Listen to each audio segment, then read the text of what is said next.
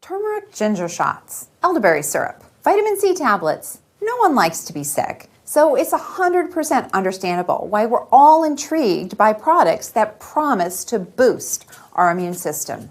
Suntikan jahe kunyit, sirup elderberry, dan tablet vitamin C. Pada dasarnya tidak ada orang yang ingin sakit. Jadi bisa dimengerti bahwa 100% mengapa kita semua tertarik dengan produk yang menjanjikan untuk meningkatkan sistem kekebalan tubuh kita. The problem is that we often think about the immune system in the wrong way. We think of it like a muscle that we can strengthen by feeding it lots of antioxidants and supplements. But that's just not how the immune system works. While the immune system can be suppressed and can be less effective, for example, in people receiving chemotherapy, the reverse, strengthening the system overall, just doesn't happen. Permasalahannya adalah kita sering berpikir tentang sistem kekebalan dengan cara yang salah. Kami menganggapnya sebagai otot yang dapat memperkuat dengan memberinya banyak antioksidan dan suplemen. Tapi itu bukan cara kerja sistem kekebalan tubuh. Sementara sistem kekebalan dapat ditekan dan dapat menjadi kurang efektif. Misalnya, pada orang yang menerima kemoterapi. Dan sebaliknya, memperkuat sistem secara keseluruhan tidak terjadi secara begitu saja. Our immune system is what protects us from the bacteria, viruses, fungi, and toxins we encounter on a constant basis. It also plays an integral part in wound healing. It's an elegant network of cells, tissues, and organs all working together. Sistem kekebalan kita adalah apa yang melindungi diri kita dari bakteri, virus, jamur, dan racun yang kita temui secara konstan. Ini juga memainkan bagian integral dalam penyembuhan luka. Ini juga merupakan jaringan sel, jaringan, dan organ yang elegan. Semuanya bekerja secara bersamaan. You can think of the immune system in two broad terms: innate immunity and adaptive immunity.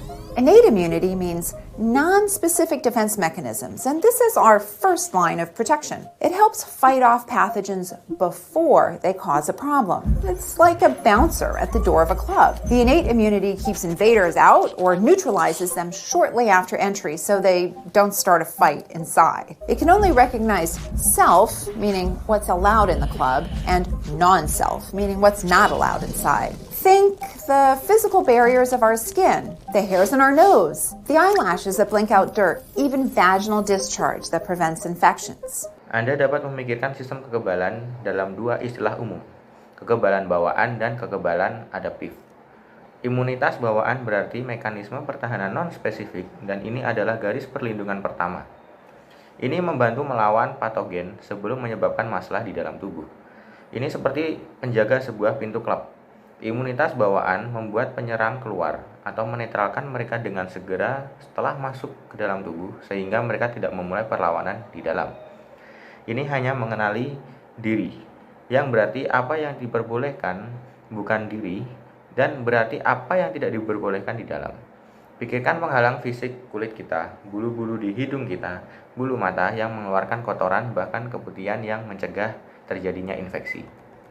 Now, if a pathogen does manage to get past the first line of defense, we have another layer of protection, the adaptive immune system, which is more complex and targeted than our bouncer. The adaptive immune system responds to antigens. Antigens are unique proteins on the surface of pathogens, which helps identify what kind of pathogen it is, kind of like a name tag. Your immune system is constantly reading name tags, and when one is recognized as being on the no entry list, the adaptive immune system creates special immune cells to attack, which are specialized white blood cells called lymphocytes. Sekarang, jika patogen berhasil melewati garis pertahanan pertama, kita memiliki sebuah lapisan perlindungan yang lain, seperti sistem kekebalan adaptif, yang lebih kompleks dan ditargetkan daripada penjaga kita.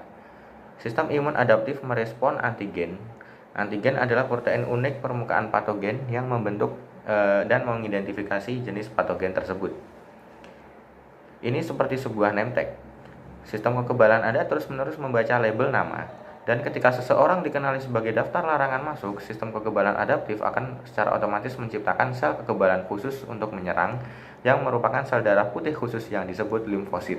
Here's what's really amazing. Our immune system remembers this process. So the next time we're exposed to that same pathogen, our immune system recognizes it and remembers how to respond. While we're not sure how many different antigens we can recognize, some scientists think that we produce over 1 billion antibodies. But the important thing to remember is that our immune system has many different parts playing many different roles. That's what makes this concept of boosting so problematic. Inilah yang benar-benar menakjubkan. Sebuah sistem kekebalan kita mengingat proses ini.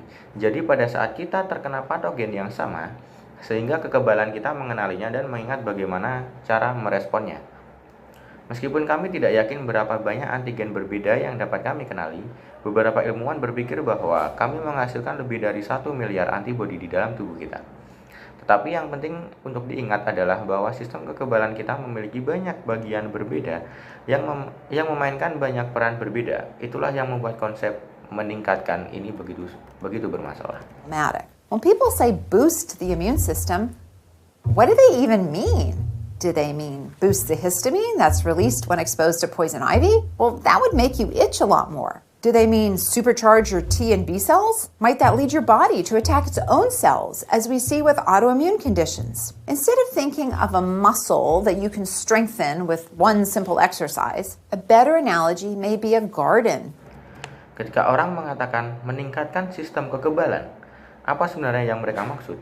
Apakah maksudnya meningkatkan histamin yang dilepaskan secara poison IVY? Nah, itu akan membuat Anda lebih merasa gatal. Apakah maksudnya mereka supercharge sel T dan B Anda?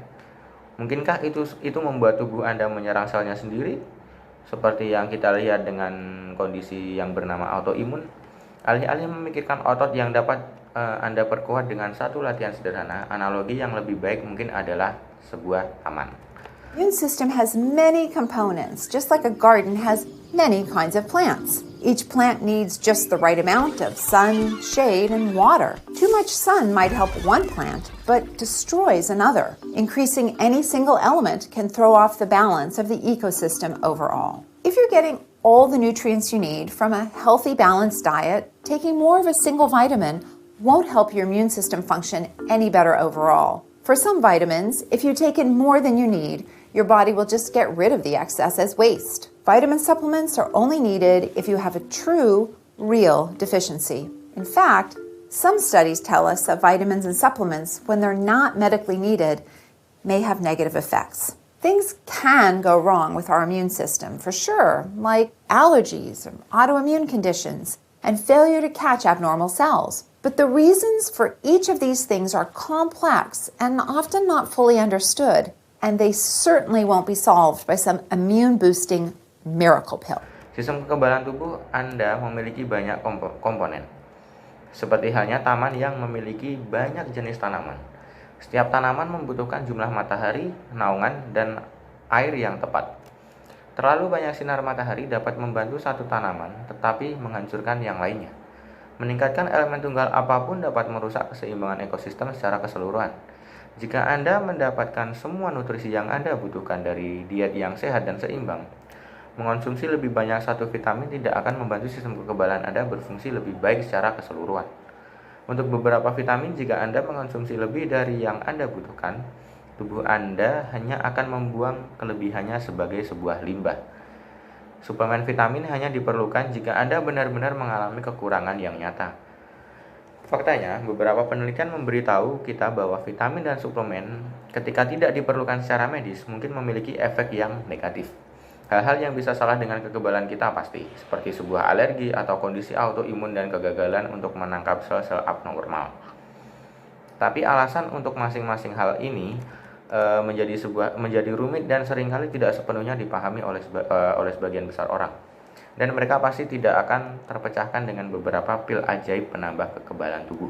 There is, however, one thing that has been shown again and again to be incredible for your immune system: vaccines. Vaccines are truly genius. They contain a weakened or inactive part of a pathogen, like the flu, that includes its antigen name tag. They trigger the body into making antibodies without needing to get sick from an illness first. Instead of boosting the immune system overall, they give the system exactly what it needs to respond to a specific pathogen quickly and aggressively. So get your immunizations and get your flu shot every year. Eat a healthy, balanced diet. If you want a healthy immune system, don't smoke and try to get enough sleep. And otherwise, just let your immune system do its thing. Namun ada satu hal yang berulang kali terbukti luar biasa bagi sistem kekebalan Anda. Vaksin. Ya, vaksin benar-benar sebuah hal yang jenius. Mereka mengandung bagian patogen yang lemah atau tidak aktif, seperti flu, yang menyertakan name tag-nya atau tag nama antigennya. Mereka memicu tubuh untuk membuat antibodi tanpa harus merasa sakit karena suatu penyakit terlebih dahulu dialami. Alih-alih meningkatkan sistem kekebalan secara keseluruhan, mereka memberi sistem persis apa yang dibutuhkan untuk merespons sebuah patogen tertentu dengan cepat dan agresif. Jadi, dapatkan imunisasi Anda dan dapatkan suntikan flu Anda setiap tahunnya. Makan makanan yang sehat dan seimbang jika Anda menginginkan sistem kekebalan tubuh yang sehat. Jangan merokok dan usahakan untuk cukup tidur. Dan sebaliknya, biarkan sistem kekebalan Anda melakukan tugasnya. Thank you.